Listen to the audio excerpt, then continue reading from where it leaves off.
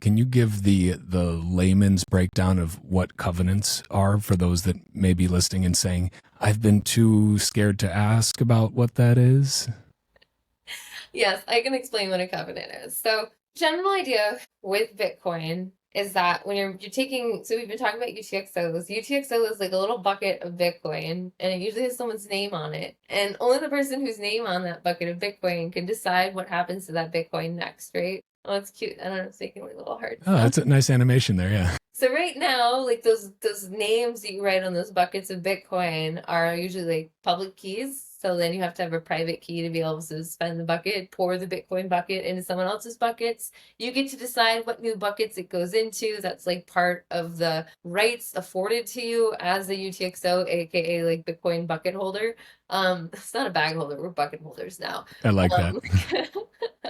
Um, so if you've got like this bucket and it's got your name on it, like your public key, your key is attached to it, then you can prove that you have the right to like, you basically can create new little buckets, right? And like pour your Bitcoin into the buckets. So no double spending means you have to like pour your bucket out all into all new buckets all at once, whatever. You throw that bucket away once you've spent it, and now it's a spent transaction object, not an UTXO. Anyways, so that's kind of like okay. So you got this like system, right? Right now, those little bucket labels are written in something called Bitcoin script. And Bitcoin script, like you that those labels that you can put on the bucket that say who it belongs to and who's allowed to like pour it into new buckets. That is like a it's kind of like it's not like a programming language. Sometimes people throw out the word like non-Turing complete, which sort of means I don't know, it doesn't really matter. But like the general idea is it's like so we talk about programming languages. One thing, so this is like, I promise we'll get there. No, no, One thing no. people You're like to good. say, like one term when someone's talking about a programming language, is they'll talk about how expressive it is. This is useful for covenants because covenants is basically like how do we make Bitcoin scripts, those little labels that you put on your buckets. How do you make it more expressive? How do we make it so we can make more complicated like if statements on that bucket? So a good example of an expression, a statement you cannot make, like a label you can't put on a Bitcoin bucket, is this Bitcoin bucket can only be spent on Tuesday. You can't say that right now. There's no way in Bitcoin script to make that statement. Like you can't put that label or restriction on a bucket. There's only so many restrictions you can put. You can say you can put a label on the bucket that's like this Bitcoin bucket is not to be used until 10 years from today, right? Or this Bitcoin bucket can't be used unless I get signatures from three different keys, right? So those are like labels or expressions. Like you can say the expression and put that on the bucket, and that's like good and valid. And the Bitcoin network will like basically uphold those labels. And like it says it can't be spent until 10 years from now, and the Bitcoin blockchain is going to be like not on the label on the bucket says 10 years from now, and it is only 9 years and 364 days. So like you sir have to wait one more day, right? Like that's expressivity is like what you're able to express on these labels you put on these Bitcoin buckets that you've got. So covenants is the idea when you put a label. So one thing we can't do, so like one thing we can't do is we can't say a label is like Tuesdays only. That's not a label you could put on a bucket. Another thing you can't do with a Bitcoin bucket, like with these labels on the buckets, is remember I said you're gonna take the bucket, you're gonna pour it into more buckets, or maybe just one big other bucket. I don't know. But you're gonna make new buckets, and the new buckets are gonna have different labels on them. Send Bitcoin to a bunch of people. If you have like you take one big bucket, you pour it into 10 small buckets, put different labels on each of the buckets. Now there's 10 UTXOs, whatever. Okay, so now you've got like these 10 buckets. One thing that covenants, basically all that covenants lets you do is when so you have this big bucket.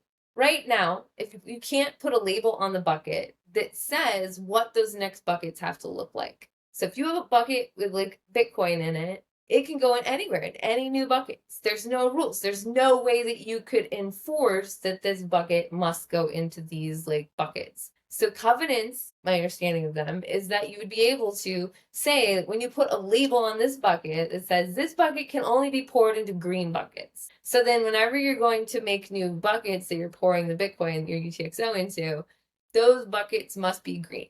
And if they're not green, well, that's not a valid transaction. You can't actually pour that bucket into stuff. You'll have to try again. So covenants is the idea that you can create new kinds of labels to put onto Bitcoin buckets like UTXOs. And those labels are more expressive, which means they can say new things. And one of those new things might be only into green buckets. But basically the idea is that it gives you this like only into statement. Like you can now say only into XYZ buckets, which we can't say currently. We currently cannot make the statement only into XYZ buckets. And this is the thing that people want because it lets them build more complicated stuff. Like if you can guarantee that this Bitcoin can only be spent into these ways with these new conditions, now you can make more different promises about, I don't know, systems on top of Bitcoin, whatever. Okay, so it's adding basically the not just like the current state set of rules, but the forward state set of rules. So it's not just what is happening right now with this current UTXO, this current bucket, but it can determine what's going to happen or what is allowed to happen where this current one goes into future buckets. It's giving a future state for the buckets that it may go into. Right.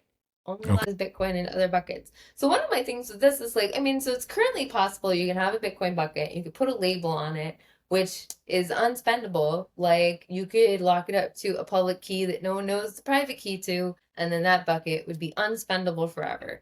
But one of the things that like, so I'm saying there's currently ways you can make labels for Bitcoin buckets that are nonsensical, or like literally no one knows how to like answer like whatever that label requires. Like one of the things people worry about with covenants, and I think to a large extent amongst the engineering community we've mostly gotten over it because you can already be dumb about like labels on Bitcoin. So we're like, well, if we expand the set of labels you can put on buckets, right, is kind of the thing. Like you can now put all different kinds of labels on the buckets now. Well, you could already be done with existing labels, so it's adding more labels, really making it worse. Like, well, what if we add a label that someone could be super dumb with? And it's like, well, they could already be pretty dumb with the current one. So like, should we really like prevent people from putting more different interesting labels on their Bitcoin if they want to? I think that's kind of one of the debates that people got into. Should we expand the label set, the number of labels you can put on your Bitcoin buckets? One thing that I like to point out that I think was people get really concerned about, oh, they're changing Bitcoin. What does this mean for my Bitcoin?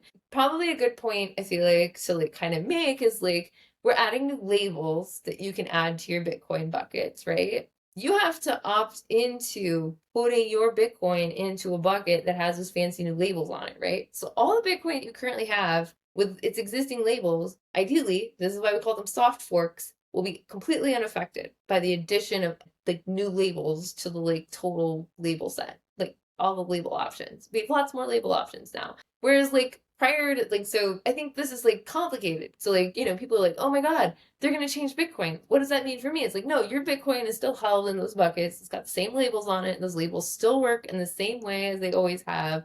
And that's not going to change. And you can continue using the same labels that you've always been using.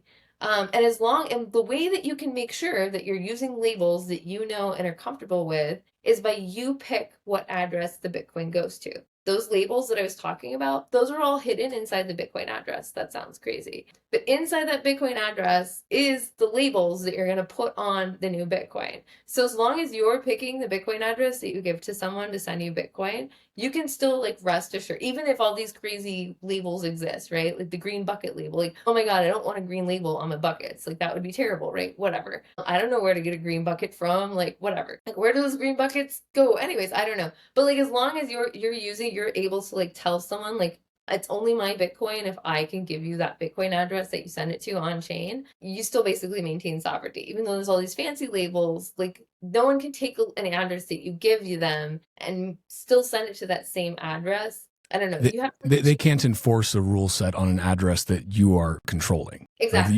Like you can't push a rule set on like, and it's like, oh no, you can't add extra labels to an existing address, which is like its own little label set, without changing the address. So it would go to a different address. Like it wouldn't go to your address. Like that wasn't, I mean, I don't know, in the court of law, you could be like, well, I gave them a Bitcoin address, so no, I don't count it as them sending me the Bitcoin because they did not send it to the address I sent them, right? So that's kind of like, like there is that, like, I don't know if safeguard is the right word, but it is possible that like people who own Bitcoin have to decide to put it in buckets with those labels on them, right? So to some extent, engineers are betting that people who own Bitcoin currently are going to want to put their Bitcoin in these buckets with these new fancy labels on it for some reason, right? Like that's kind of the whole bet. And people are like, why would you do that? And it's like, well, because it lets you get a billion people on Lightning or something. This is the part I probably should figure out exactly what we can do with all the new fancy labels. But No, I really I think that was a really helpful analogy, because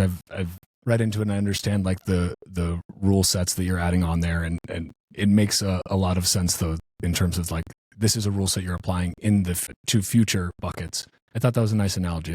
Like that there's a good like animation in there somewhere, I'm sure, with green and orange buckets, like